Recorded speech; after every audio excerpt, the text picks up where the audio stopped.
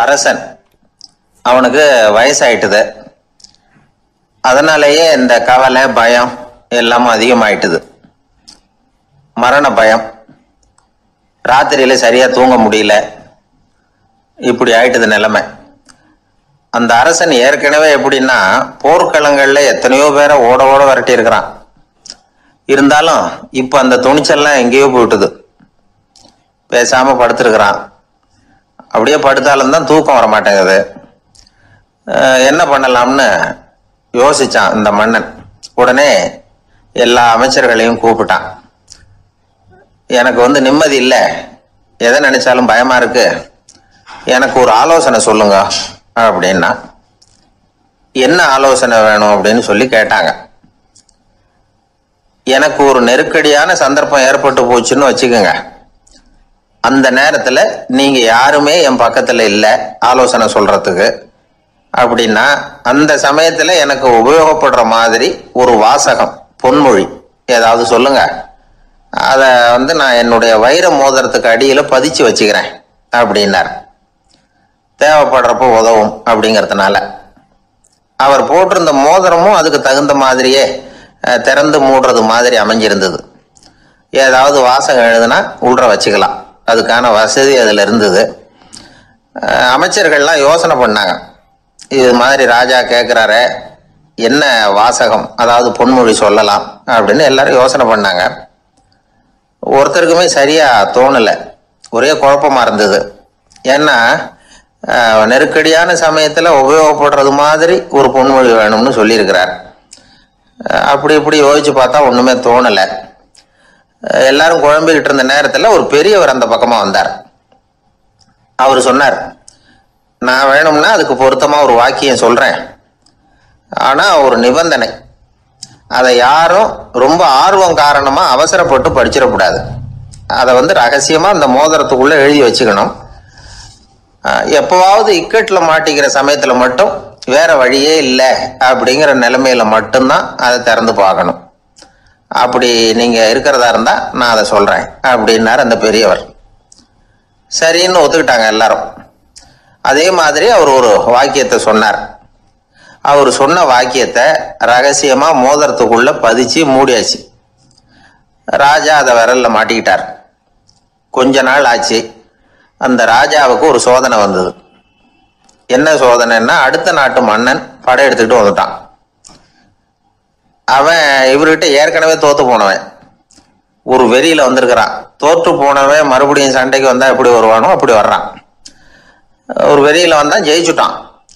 என்னாச்சு இவரோட நிலைமைன்னா, நாட்டை இழந்துட்டார், எல்லாத்தையும் இழந்துட்டார். கடைசியா ஒரு அடிபட்ட குதிரையில ஏறி தப்பிச்சு போயிட்டார், வேற வழி இல்லைன்னு. பின்னாடி துரத்திக்கிட்டு வராங்க. இவர் ஒரு மலை உச்சிக்கு போயிட்டார். அதுக்கும் அப்பால போக முடியாது, ஏன்னா அந்த பக்கம் பயங்கர பள்ளம்.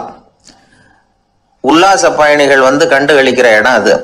ஆனா இவருக்கு அது சாவு பயணத்தின் வாசல், திரும்பவும் முடியாது. அவ்வளவு குறுகிய பாதை அது, வேற வழியே இல்லை. இந்த நேரம் சூரிய ஒளி மோதிரத்துல பட்டு மின்னிச்சு. உடனே இவருக்கு ஞாபகம் வந்தது. மோதிரத்தை திறந்து படிக்கிறார். அதுல இருந்த வாசகம், இந்த நிலையும் மாறிவிடும், this too will pass away. அவருக்கு ஒரு தைரியம் வந்தது. பின்னாடி வந்தவங்களும் திசை மாறி வேற எங்கேயோ தேடி போயிட்டாங்க. அவங்க விரட்டிக்கிட்டு வரலன்னா இவ்வளவு அழகான ஒரு இடம் இருக்கிறதே எனக்கு தெரியாம போயிருக்குமேன்னு நினைச்சார்.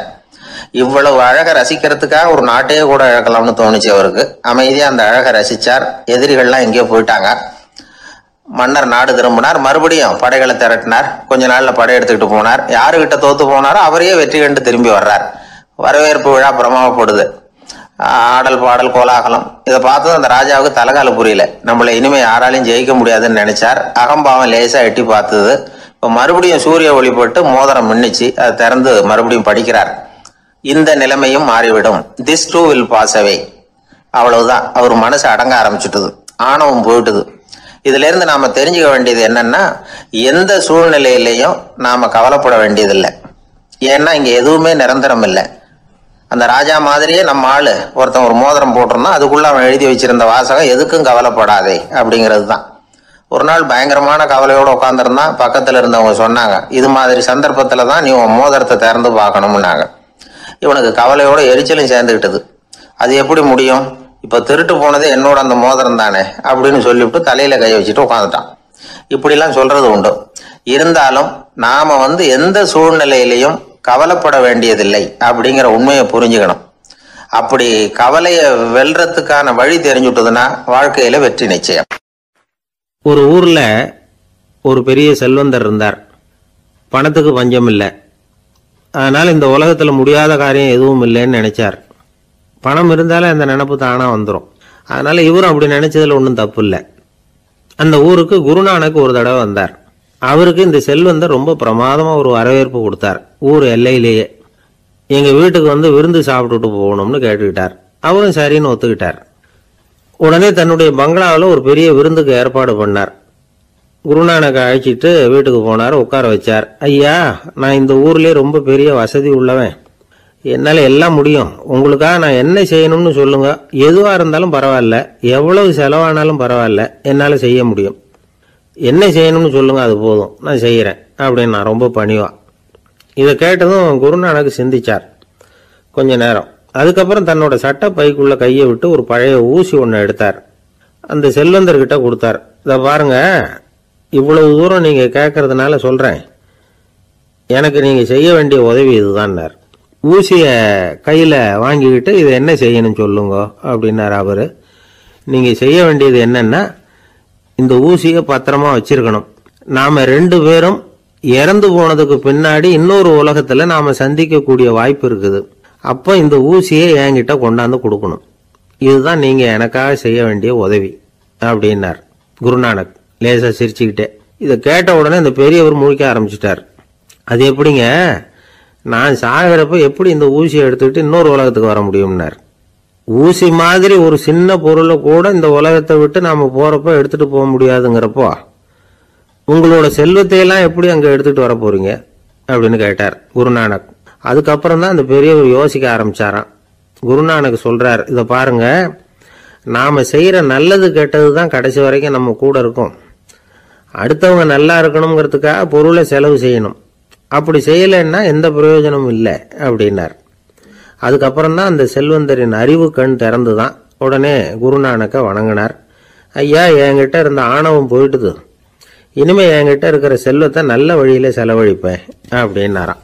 நம்ம கிட்ட இருக்கிற பணம் எப்பவும் நம்ம கூடவே வந்துகிட்டு இருக்காதுங்கிறதுக்கு இது ஒரு உதாரணம்.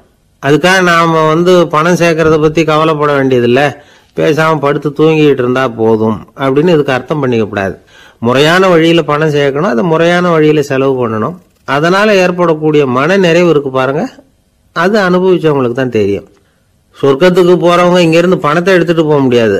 ஆனா நம்ம செல்வத்தை இங்க மற்றவங்களுக்கு பயன்பட செய்து அதனால ஏற்படுற புண்ணியம் இருக்கு பாருங்க, அதை எடுத்துட்டு போக முடியுமா. இதுதான் ஆன்மீகவாதிகள்லாம் சொல்ற கருத்து. ஜான் நியூட்டன் ஒருத்தர், அவரு சொன்னார், நான் எப்பவாவது சொர்க்கத்துக்கு போய் சேர்ந்தேன்னா அங்க 3 அதிசயங்களை பார்ப்பேன்னார். என்னன்னு கேட்டாங்க. நான் யார் யாரு இருக்க மாட்டாங்கன்னு நினைச்சுக்கிட்டு இருந்தானோ அவங்கள சில பேர் அங்க இருப்பாங்க, அது ஒரு பெரிய அதிசயம்னார். சரி, அடுத்தது என்ன? 2வது அதிசயம் என்னன்னா, அங்க இருப்பாங்கன்னு நான் எதிர்பார்த்த சில பேர் அங்க இருக்க மாட்டாங்க அப்படின்னார். சரி, 3வது பெரிய ஆச்சரியம் என்ன அப்படின்னா, நான் அங்க இருக்க பாருங்க, அதுதான் அந்த 3வது அதிசயம் அப்படின்னாராம். ஒரு கோவில்ல ஆன்மீக சொற்பொழிவு நடந்துகிட்டு இருக்குது. ஒரு பெரியவர் பேசிக்கிட்டு இருக்கார். கடவுளை பத்தியும் சொர்க்கத்தை பத்தியும் மனுஷனை பத்தியும் அவர் விவரமா பேசுறார். எல்லாரும் உட்கார்ந்து கேட்கிறாங்க.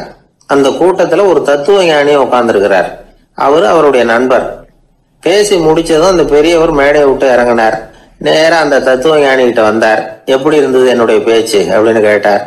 நீங்க பேசினது ஒண்ணுக்கு ஒண்ணு முரண்பாடா தெரிஞ்சது அப்படின்னாரா இவரு. நான் என்ன அப்படி தப்பா பேசிவிட்டேன் அப்படின்னாரா அவரு. கடவுளை நம்புகிறவன் சொர்க்கத்துக்கு போவான்னு சொன்னீங்க, அப்புறம் நல்ல விதமா வாழறவன் சொர்க்கத்துக்கு போவான்னு சொன்னீங்க அப்படின்னாராம். இதுல என்ன முரண்பாடுன்னு கேட்டிருக்காரு அவர். இதுலதான் முரண்பாடு தெரியுது எனக்கு. அதாவது இங்க ஒருத்தன் எல்லா தப்பும் பண்ணிட்டு இருக்கிறான், அவன் கடவுளை நம்பினான்னா அவன் சொர்க்கத்துக்கு போவானா? இது என்னுடைய முதல் கேள்வி. இல்லைன்னா ஒருத்தன் எந்த தப்பும் பண்ணல, ரொம்ப ஒழுங்கா வாழ்ந்துகிட்டு இருக்கிறான், ஆனா அவன் கடவுளை நம்பல, அவன் என்ன நரகத்துக்கு தான் போவானா?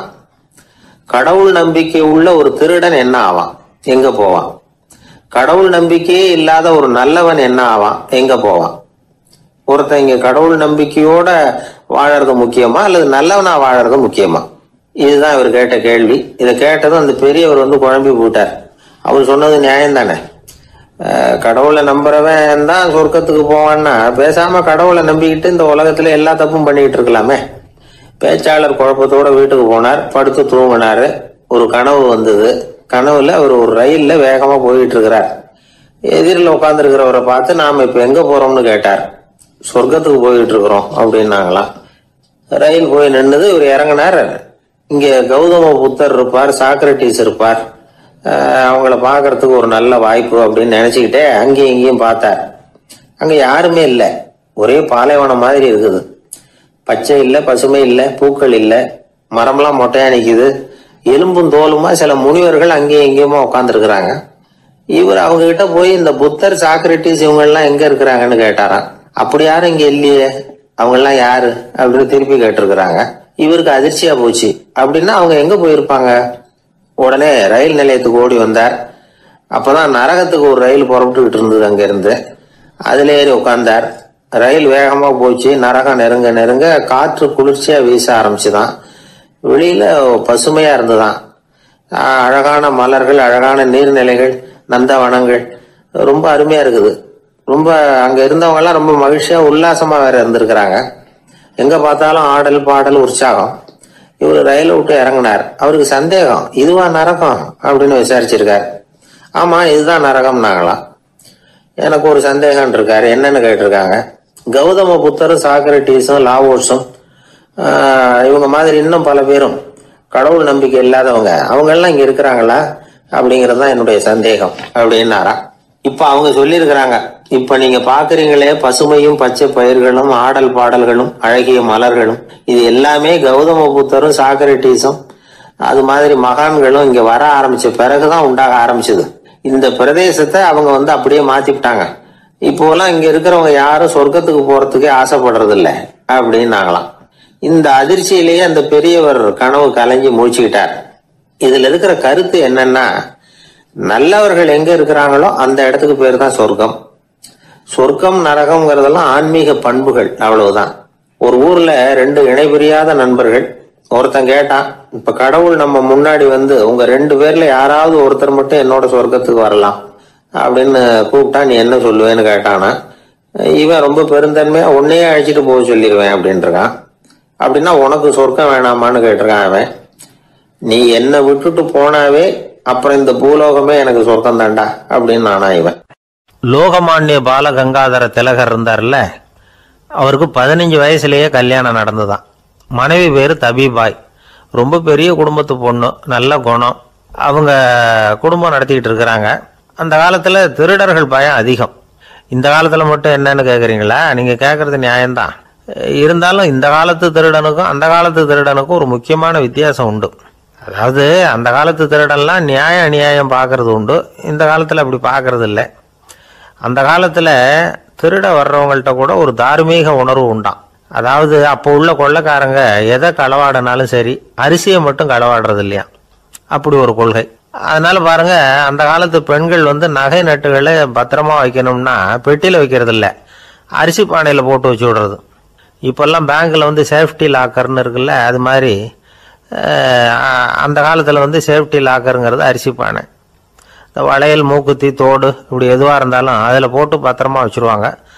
திருடன் அரிசி பானை பக்கம் போகிறதில்ல. ஏன்னா சாப்பிட்ற விஷயத்தில் கை வைக்கக்கூடாது, அது பாவம் அப்படின்னு அவன் நினைக்கிறான்.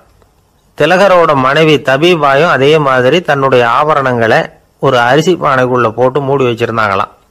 இப்படி இருந்தப்போ ஒரு நாள் ஒரு பிச்சைக்கார பொண்ணு வீடு வீடாக பிச்சை கேட்டுக்கிட்டே வந்திருக்குது. திலகர் வீட்டுக்கும் தர்மம் போடுங்க தாயே அப்படின்னு தான் அந்த பொண்ணு. அந்த அம்மா தபிபாய் காதில் இது விழுந்திருக்கு. உடனே கை நிறைய அரிசி அள்ளிக்கிட்டு போட்டிருக்கு. பாத்திரத்தில் அரிசியை போட்டதுக்கு அப்புறம் தான் தெரியுது, பளிச்சுன்னு கண்ணில் படுது. அதாவது அந்த அம்மாவோட வைர மூக்குத்தி ஒன்று அரிசியோடு சேர்ந்து அந்த பிச்சைக்கார பொண்ணு பாத்திரத்தில் போய் விழுந்துட்டுது. இந்த அம்மாவுக்கு மனசுக்குள்ள குழப்பம், என்ன இப்படி ஆயிட்டுதே, மூக்குத்தி போயிட்டுதே, பிச்சை பாத்திரத்திலேருந்து அதை எப்படி எடுக்கிறது அப்படின்னு தயக்கம். வாயை திறந்து அதை கேட்கறதுக்கும் கூச்சம். திண்ணையில் உட்காந்துருந்த திலகர் இவ்வளவையும் பார்த்துக்கிட்டு இருக்கிறார். மனைவியின் மனசுக்குள்ள நடக்கிற மௌன போராட்டத்தை அவர் நல்லா புரிஞ்சுக்கிட்டாராம். மனைவியை பார்த்து சொன்னாராம், தபீபாய், இது தெய்வ சம்மதம். அவளுக்கு சேர வேண்டிய மூக்குத்தி அவகிட்ட போயிட்டுது. பிச்சை பாத்திரத்தில் விழுந்த மூக்குத்தியை எடுக்க வேணாம் அப்படின்னாராம். சரின்னு சொல்லிவிட்டு மேற்கொண்டு எதுவும் சொல்லாமல் அந்த அம்மா வீட்டுக்குள்ளே போயிட்டாங்களாம். இந்த காலத்துல எல்லாம் அது மாதிரி நடக்குமா? வெறும் அரிசியை போட்டுட்டு விவகாரம் பண்ணிட்டு இருக்க மாட்டோமா? ஒரு பெரிய மனுஷன் வீட்டுக்கு ஒரு பிச்சைக்காரன் வந்தான். ஐயா, நாங்கள் பிச்சைக்காரங்கள்லாம் சேர்ந்து ஒரு சங்கம் வச்சிருக்கிறோம், அதுக்கு நிதி சேர்க்குறோம், அதுக்கு ஒரு 100 ரூபா கொடுத்தீங்கன்னா எங்களுக்கு பெரிய உதவியாக இருக்கும் அப்படின்னானா. அதெல்லாம் ஒன்றும் கொடுக்க முடியாது போ அப்படின்னாரான் அவர். அப்படின்னா ஒரு 50 ரூபாயாவது கொடுங்களேன் அப்படின்னு இருக்கான். அதுவும் முடியாதுன்னு சொல்லிவிட்டார். 25 ரூபா அப்படின்னு இருக்கான். எதுவும் முடியாது அப்படின்னாரான். சரிங்க, இவ்வளவு பெரிய வீட்டுக்கு வந்துட்டு வெறுங்கையோடு திரும்புறது நல்லா இருக்காது, அதனால சும்மா ஒரு 1 ரூபா மட்டுமாவது கொடுங்க அப்படின்னு இருக்கான் அவன். 1 பைசா கூட என்கிட்ட கிடையாது அப்படின்னு விட்டாரான் இவர். அப்படின்னா நீங்கள் ஒரு காரியம் பண்ணுங்களேன் அப்படின்னானா அவன். என்ன செய்யணும் அப்படின்னு இருக்கார். எங்கள் சங்கத்தில் நீங்களும் ஒரு மெம்பராக சேர்ந்துருங்க அப்படின்னானா. ஊர்ல ஒரு ஞானி இருந்தார். ஒரு நாள் அவரை தேடிட்டு ஒருத்தர் வந்தார். வந்தவர் ஞானியை பார்த்து ஒரு கேள்வி கேட்டார். ஐயா, உங்களுடைய சாதனை என்ன? இதுதான் அவர் கேட்ட கேள்வி. இதை கேட்டதும் அந்த ஞானி நிமிர்ந்து இவரை பார்த்தார். அப்புறம் சொன்னார், அது ஒன்றும் பெரிய விஷயம் இல்லை, அது ரொம்ப எளிமையான ஒண்ணு. எப்போ எனக்கு பசிக்குதோ அப்ப நான் சாப்பிட்டுருவேன், எப்போ எனக்கு தூக்கம் வருதோ அப்ப நான் தூங்கிடுவேன், அவ்வளவுதான் அப்படின்னார். கேள்வி கேட்டவர் ஒரு மாதிரி ஆயிட்டார். ஐயா, இதே தானே நாங்களும் செய்யறோம், இதுல என்ன அதிசயம் இருக்கு அப்படின்னார். இப்ப அந்த ஞானி சொன்னாராம், இங்கதான் நீங்க தப்பு பண்றீங்க அப்படின்னாராம். அப்படியான்னாரு இவரு. ஆமா அப்படின்னாராம். நீங்க செய்யற தவறு எனக்கு புரியுது. ஏன்னா நான் உங்களை மாதிரி நான் வாழ்ந்து பார்த்திருக்கிறேன். அதனால என்னுடைய அனுபவத்துல உங்களுக்கும் எனக்கும் உள்ள வித்தியாசத்தை உணர முடியுதுன்னாரா. என்ன சொல்றீங்க, எனக்கு ஒன்னும் புரியலையேன்னாரா இவரு. இத பாருங்க, சாப்பிடுறதுங்கிறது நாம 2 பேருக்கும் பொதுவான ஒரு காரியம்தான். ஆனா நீங்க சாப்பிடுறதுக்கும் நான் சாப்பிடுறதுக்கும் வித்தியாசம் இருக்கு அப்படின்னாராம். என்ன வித்தியாசம்னு கேட்டிருக்கார். நீங்க பசி இல்லாத பொழுது சாப்பிடுறீங்க, இப்போ சாப்பிடுற நேரம் வந்துட்டுது அப்படிங்கிறதுக்காக சாப்பிடுறீங்க. சாப்பாடு ருசியா இருக்கு அப்படிங்கிறதுக்காக சாப்பிடுறீங்க. எது தேவைங்கிறது தெரியாம சாப்பிடுறீங்க. அது மாதிரி தூக்கமும் உங்களுக்கு ஒரு பழக்கமா போட்டுது. இப்போ இது தேவையா இல்லையா அப்படிங்கிறத பத்தி நீங்க யோசிச்சு பாக்குறது இல்ல. சாப்பிடும்பொழுது 1000 வேலைகளை மனசுல நினைச்சுக்கிட்டு இருப்பீங்க, அதனால அது சாப்பிடுதலா இருக்காது. அதே மாதிரி நீங்க தூங்கும் பொழுதும் அது தூங்குதலா இருக்காது. ஏகப்பட்ட கனவுகள் வரும். உங்க மனசு மேலும் மேலும் கனவுகளை உருவாக்கி கொண்டே இருக்கும். அதனால எனக்குள்ள நடக்கிறது வேற மாதிரி, நீங்க நினைக்கிற மாதிரி இல்ல. எனக்குள்ள நடக்கிறது எப்படின்னா, நீங்க செய்யற மாதிரி இல்ல. தூக்க உணர்வு வந்த உடனே தூங்குதல் மட்டுமே நடைபெறும். அதுதான் என்கிட்ட நடக்கிறது அப்படின்னாரா அந்த ஞானி. இப்ப வித்தியாசம் புரியுதா? அந்த ஞானி சாப்பிடுறத அனுபவிக்கிறார், அது எக்ஸ்பீரியன்ஸ். நாம அப்படி இல்லை, மனம் போன போக்குல சாப்பிடுறோம். இது இன்டெலிஜிங். இது 2லயும் செயல்ல வேறுபாடு இல்லை, விழிப்புணர்வுல தான் வேறுபாடு இருக்கு.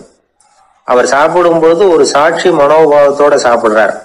எவ்வளவு தேவையோ அவ்வளவுதான் சாப்பிடுறார். ஏன்னா அவருடைய விழிப்புணர்வு முழுமையா செயல்படுது. அதனால அவர் சாப்பிடும்போது நம்மை விட மகிழ்ச்சியா இருக்கிறார். நாம அப்படி இல்லை, வயிற்றை நிரப்புறதுக்காக சாப்பிடுறோம். இன்னும் சொல்ல போனா சாப்பிடும்போது நாம அங்கேயும் இருக்கிறது இல்லை, எங்கேயோ போயிடுறோம். உடம்பு மட்டும்தான் அங்க இருக்கும். ஆனா ஞானி அப்படி இல்லை. அவர் சாப்பிடும்போது சாப்பிடுதல் மட்டுமே இருக்கும். எந்த ஒரு செயலையும் விழிப்புணர்வோட செய்யலாம், மனம் போன போக்கிலையும் செய்யலாம்.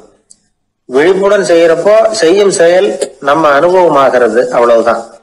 இதெல்லாம் பெரிய தத்துவம் மாதிரி தெரியும். இருந்தாலும் நாம புரிஞ்சுக்க வேண்டியது என்னன்னா, எந்த காரியத்தை செஞ்சாலும் அதுல முழு ஈடுபாடு வேணுங்கிறது முக்கியம்.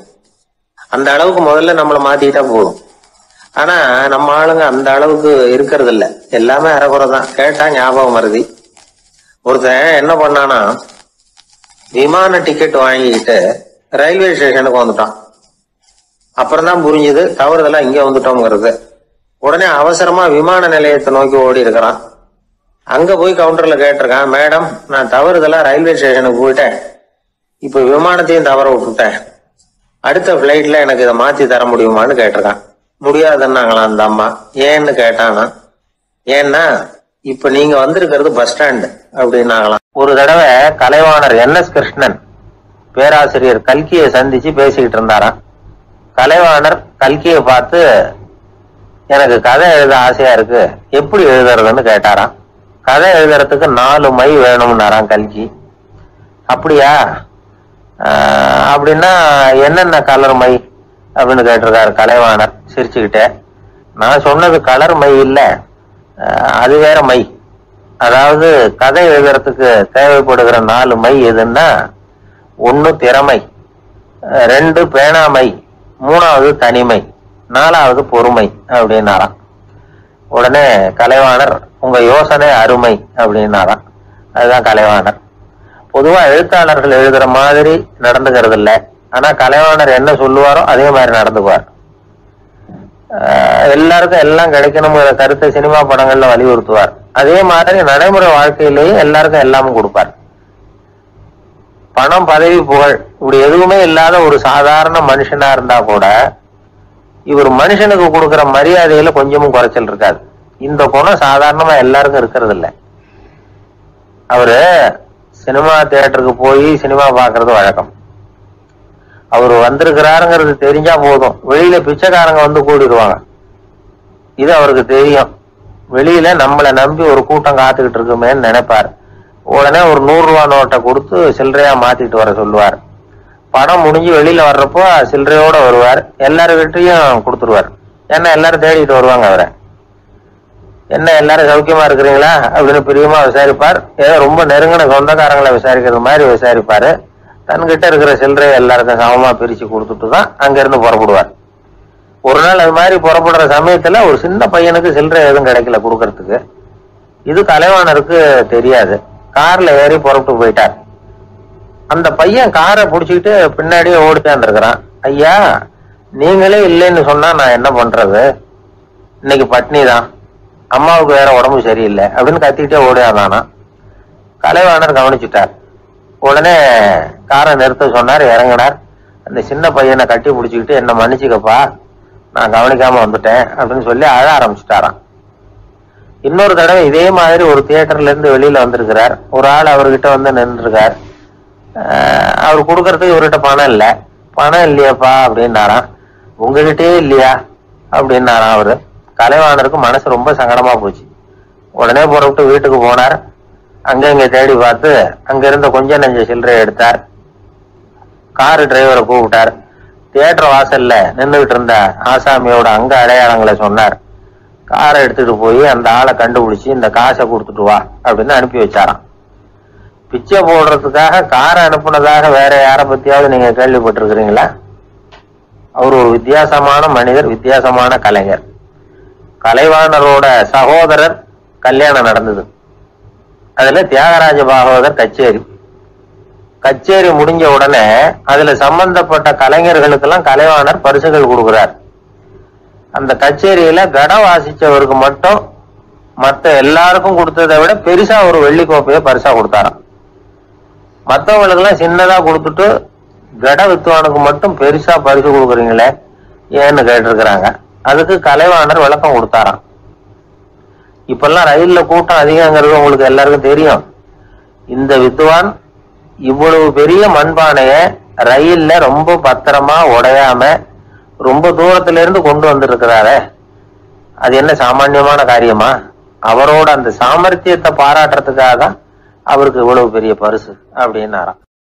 சீடன் வெளியூர் புறப்படுறதுக்கு தயாரா இருந்தான். ரொம்ப தூரம் போக போறான். திரும்பி வர நாளாகும்.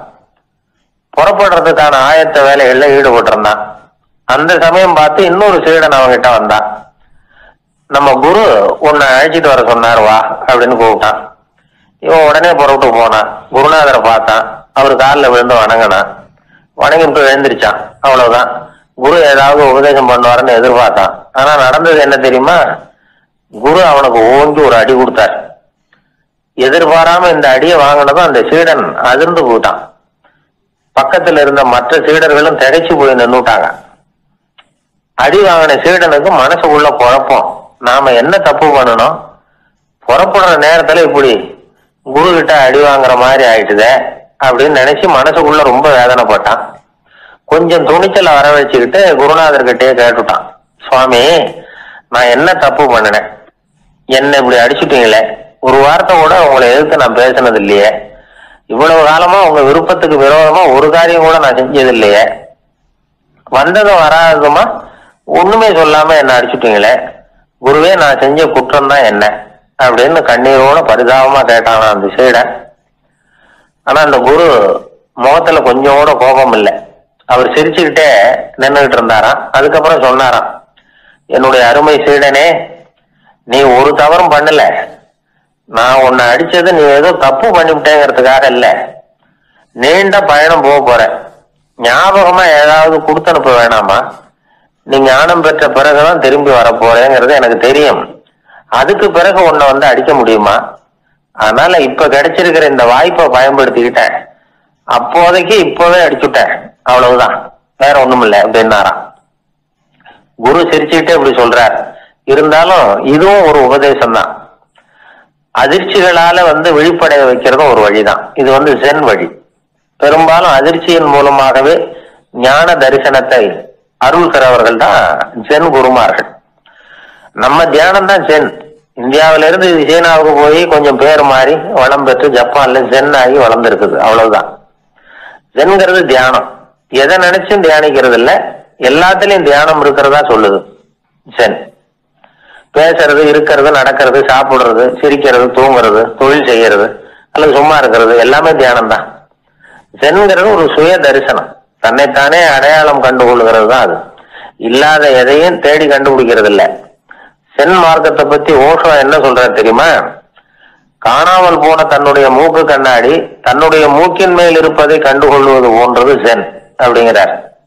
நம்மால் இன்னொருத்தர் முகத்தை ரொம்ப நேரமா உத்து பார்த்துக்கிட்டு இருந்தார். என்ன பாக்குறீங்கன்னாரு அவரு. நீங்க போட்டிருக்கீங்களே மூக்கு கண்ணாடி, அதைதான் பாக்குறேன்னாரு இவரு. நீங்க அப்படி பாக்குறதுக்கு விசேஷ காரணம் ஏதாவது உண்டான்னு கேட்டார் இவர். உண்டுன்னார். என்னன்னு கேட்டார். நேற்றுக்கு காணாம போன என்னோட மூக்கு கண்ணாடி அது அப்படின்னாராம் இவர். 21ஆம் வருஷம் செப்டம்பர் மாசம் 22ஆம் தேதி மதுரை மேலமாசி வீதியில உள்ள ஒரு வீடு. அங்க அன்னைக்கு நடந்த ஒரு அற்புத நிகழ்ச்சி பின்னாடி உலக மக்களை எல்லாம் ஆச்சரியப்பட வச்சது. இந்திய வரலாற்றிலேயே அது ஒரு முக்கியமான நிகழ்ச்சி. உலக மக்கள் கவனமெல்லாம் காந்திஜியின் பக்கம் திரும்புறதுக்கு காரணமா இருந்த நிகழ்ச்சி அது. கதர் துணி பிரச்சாரத்துக்காக காந்திஜி மதுரைக்கு வந்திருந்தார். சென்னை துணி வணிகர் சங்கத்தின் துணைத் தலைவர் ஒருத்தர் இருந்தார், ராம்ஜி கல்யாண் சேட்ஜி. அவருடைய வீடு மதுரை மேலமாசி வீதியில இருந்தது. அந்த வீட்டில தான் காந்திஜி தங்கி இருந்தார். அப்போ வயலுக்கு போற உழவர்கள்லாம் சின்ன சின்ன துண்டை இடுப்புல கட்டிக்கிட்டு கலப்பையை தூக்கிக்கிட்டு தெருவில் நடந்து போறதை கவனிச்சார். ஏற்கனவே சேலத்துக்கு தெற்க பல பகுதிகளில் ஆண்களும் பெண்களும் அறகுறை ஆடைகளோட உழைச்சிக்கிட்டு இருக்கிறத கண்ணால கண்டிருக்கிறார் அவரு. இந்தியரின் சராசரி உடை இவ்வளவுதான் அப்படிங்கிறத புரிஞ்சுக்கிட்டார். மனசை இன்னும் பண்ணியிருக்குது. ராத்திரி பூரா அதை பத்தியே யோசனை. 22/9/21 வியாழக்கிழமை காலையில காந்திஜி எழுந்திருக்கிறார். அவர் கூட தங்கி இருந்தவங்களையெல்லாம் பார்த்து சொன்னார், இன்னையிலிருந்து அறையில முழு அகல துண்டு தான் கட்டுவேன். குளிர் அதிகமா உள்ள காலங்களில் மட்டும் போர்வை ஒன்றும் உபயோகப்படுத்துவேன். மற்றபடி மேலங்கியோ குல்லாவோ எதுவும் போட்டுக்க மாட்டேன். தற்காலிகமா இந்த ஏற்பாட்டை 1 மாசத்துக்கு ஏத்துக்குவேன். அதுக்கு பிறகு உசிதம் போல எண்ணி பார்த்து முடிவு பண்ணுவேன் அப்படின்னார். அவருடைய குரல் உறுதியா இருந்துதான். உடனே செயலில் இறங்கினார். தம்முடைய 10 முழ வேட்டி, மேலங்கி, உள்சட்டை, குல்லா எல்லாத்தையும் களைஞ்சார். வேட்டியில இருந்து ஒரு 4 முழ துணியை எடுத்துக்கிட்டார். இதுக்கு உதவி செஞ்சவர் அன்னைக்கு விருதுநகர்ல பிரபல தொண்டரா இருந்த பழனிக்குமார பிள்ளை. வெட்டி எடுத்த துண்டை நீள வாக்குல ரெட்டையா மடிச்சாரு. அதை இடுப்புல துண்டு மாதிரி கட்டிக்கிட்டாரு. தலையில சின்ன உச்சி குடுமி, அறையில சின்ன துண்டு. அண்ணல் காந்தி ஆண்டி கோலத்துல காட்சி அளிக்கிறார். கூட இருந்தவங்களை பார்த்து காரைக்குடிக்கு புறப்படலாமே அப்படின்னார். அவர் நண்பர்களும் சீடர்களும் திகைச்சு போய் நிக்கிறாங்க. இந்த விரதம் நிரந்தரமா ஆயிடுமோங்கிற பயம் அவங்களுக்கு. எப்படியோ இந்த விவரம் ராஜாஜிக்கு அன்னைக்கு பிரபலமா விளங்கின தேசபக்தர் டாக்டர் TSS ராஜனுக்கு எட்டுச்சு. உடனே 2 பேரும் ஓடி வந்தாங்க. வேண்டாமே இந்த கோலம் அப்படின்னாங்க. காந்திஜி தன்னுடைய முடிவுல உறுதியா இருந்தார். ராஜாஜி என்னென்னமோ வாதமெல்லாம் பண்ணி பார்த்தார். உங்களுடைய வாதத்துக்கு என்னால பதில் சொல்ல முடியல, இருந்தாலும் நான் செய்யறது தான் சரிங்கிறதுல எனக்கு சந்தேகம் இல்லை. இன்னைக்கு அதிகாலை 3 மணி இருக்கும். நான் ஓரளவு விழிச்சுக்கிட்டேன். அதாவது உறக்கமும் விழிப்புமா இருந்த நிலையில எனக்கு இந்த எண்ணம் உண்டாச்சு. இது என்னுடைய அந்தராத்மாவின் ஆணை, அதை என்னால மீற முடியாது அப்படின்னு சொல்லிவிட்டாராம் காந்திஜி. கதர் பிரச்சாரத்துக்காக காரைக்குடிக்கு கிளம்பினார். வாசல்ல 4 மோட்டார் வண்டிகள் காத்துக்கிட்டு இருந்தது. வீதியில 2 பக்கமும் ஜனங்கள். காந்திஜி இடுப்பு துணியோட மோட்டார் வண்டியில ஏறினார். நண்பர்களும் சீடர்களும் மக்களும் உடல் சிலிர்க்க அந்த காட்சியை பார்க்கறாங்க. மோட்டார் வண்டி நகர ஆரம்பிக்குது. எப்பேற்பட்ட காட்சி அது! சொக்கநாத பெருமானியே கூலி ஆளாக்கிய மண், அப்படி ஆக்கி மண் சுமக்க வச்ச மதுரை இல்லையா, அந்த மதுரை தான் காந்திஜி துறவி கோலம் கொள்றதுக்கும் காரணமா இருந்திருக்குது. இது இன்னைக்கு எத்தனை பேருக்கு தெரியும்? ஒரு தடவை காந்திஜி நேருவும் சுற்றுப்பயணம் செஞ்சாங்களாம். ஒரு இடத்துல நடந்து போயிட்டு இருக்கிறாங்க. குறுக்க ஒரு வாய்க்கால். நேரு என்ன பண்ணாரு தெரியுமா? தன்னுடைய இளமை துடிப்பை காட்டுறதுக்காக கொஞ்சம் தூரம் பின்னாடி போய் அங்கேருந்து வேகமா ஓடி வந்து அந்த வாய்க்காலை தாண்டினாராம். காந்திஜி அப்படி பண்ணல. பக்கத்துல இருந்த பாலம் வழியா அந்த வாய்க்காலை கடந்து வந்தார். நேரு காந்திஜியை பார்த்து சிரிச்சுக்கிட்டே, என்ன மாதிரி நீங்களும் தாண்டி இருக்கலாமே அப்படின்னாராம். அதுக்கு காந்திஜி சிரிச்சுக்கிட்டே சொன்னாராம், 2 அடி முன்னேறதுக்காக 5 அடி பின்னாடி போறதா அப்படின்னாராம். அறிவில் சிறந்தவர்கள் ஆண்களா பெண்களா? என்னுடைய நண்பர் ஒருத்தரை பார்த்து நான் கேட்ட கேள்வி இது. அவர் மெதுவா தன்னுடைய தலையை சொரிஞ்சுக்கிட்டே சொன்ன பதில், அதுல என்ன சார் சந்தேகம், அவங்க தான் அப்படின்னார். அனுபவ அடிப்படையில் அவர் இப்படி சொல்றாரு. அறிவியல் அடிப்படையில பாக்குறவங்களும் இப்படிதான் சொல்றாங்க. இயற்கையின் நோக்கம் இனப்பெருக்கம். இதுல பெண்களின் பங்கு அதிகம். அதனால இயற்கையே பெண்களுக்கு பல சலுகைகளை கொடுத்துருக்குது, சக்தியை கொடுத்துருக்குது. இப்போ வெளிநாடுகள்ல இதை பத்தி எல்லாம் நிறைய ஆராய்ச்சி பண்ணி பார்த்துருக்குறாங்க. புள்ளி விவரங்கள்லாம் வெளியிட்டு இருக்கிறாங்க. ஆண் குழந்தைகளை விட பெண் குழந்தைகள் முன்னாடியே பேச ஆரம்பிச்சுடுறாங்களாம். அது மட்டும் இல்ல, அதிக எண்ணிக்கையில வார்த்தைகளை கத்துக்கிறாங்களாம். அப்புறம் பலவிதமான வாக்கிய அமைப்புகளை அமைச்சு பேசுறதுலயும் பெண் குழந்தைகள் முன்னாடியே ஆரம்பிச்சுடுறாங்களாம். இதெல்லாம் சீக்கிரமா செய்யறது பெண் குழந்தைகள் தான். சம வயது உள்ள ஆண் குழந்தைகள், பெண் குழந்தைகள், இவங்களை வச்சு சோதனைகள் பண்ணி பார்த்துருக்குறாங்க. அதாவது ஒரே வயசுள்ள ஆண் குழந்தை, பெண் குழந்தை இதெல்லாம் வச்சு அவங்க கிட்ட ஒரே கேள்வியை பல விதமா கேட்கறது, ஒரே செய்தியை வேற வேற கோணங்கள்ல இருந்து விளக்குறது, தவறு இல்லாம பேசுறது, வேகமா படிக்கிறது, எழுதுறது, புரிஞ்சுக்கிறது, இப்படி இதை பத்திலாம் எத்தனையோ சோதனைகள்லாம் செஞ்சு பார்த்துருக்குறாங்க. அப்படி பார்த்ததுல என்ன தெரிஞ்சதுன்னா, அதுல எல்லாம் ஆண் குழந்தைகளை விட பெண் குழந்தைகள் 1.5 மடங்கு அதிக திறமை உள்ளவங்களா இருக்கிறாங்களாம். இன்னொரு மொழியை கத்துக்கிறது, பேசுறது, எழுதுறது, இது கூட பெண்களுக்கு சுலபமா வருதான். 2 மொழிகளை மாற்றி மாற்றி பேசுறது, மொழி பெயர்க்கிறது, இப்படிலாம் கூட சோதனை பண்ணி பார்த்துருக்குறாங்க. இதுலயும் பெண்களுக்கு தான் அதிக திறன். சரி, இதை விடுங்க. புள்ளி வச்சு கோலம் போடுறது, அதுல இருந்து இந்த கை கடிகாரங்கள்ல, கம்ப்யூட்டர்கள்ல நுண்ணிய பாகங்களை பொருத்துறது, இது வரைக்கும் பெண்கள் தான் திறமையா செயல்படுறாங்க அப்படிங்கிறது அந்த சோதனை முடிவு. இந்த நுட்பம், துல்லியம், விரைவு, சிறு கை இயக்கங்களோடு செய்ய வேண்டிய மென்மையான பணிகள், இதுக்கெல்லாம் தேவை கவன குவியம், பொறுமை. இதெல்லாம் பெண்கள் கிட்ட தான் இருக்குதான். அமெரிக்காவில் இன்னொரு சோதனை கூட செஞ்சு பார்த்துருக்குறாங்க.